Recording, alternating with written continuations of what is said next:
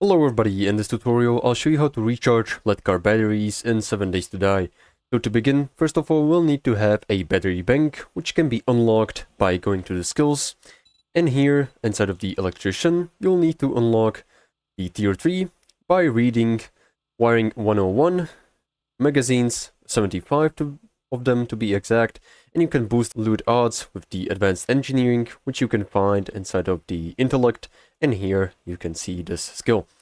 So once you've crafted the battery bank, which you can craft inside of the workbench from some forged iron and these parts, go ahead and place it down, and now using the wire tool, connect it with some kind of a generator like this generator bank, which uses gas and engines, or a solar bank, and just right click on this generator bank, connect it to this battery bank, and make sure the wire that is going towards it, the yellow signals, are going towards the battery bank.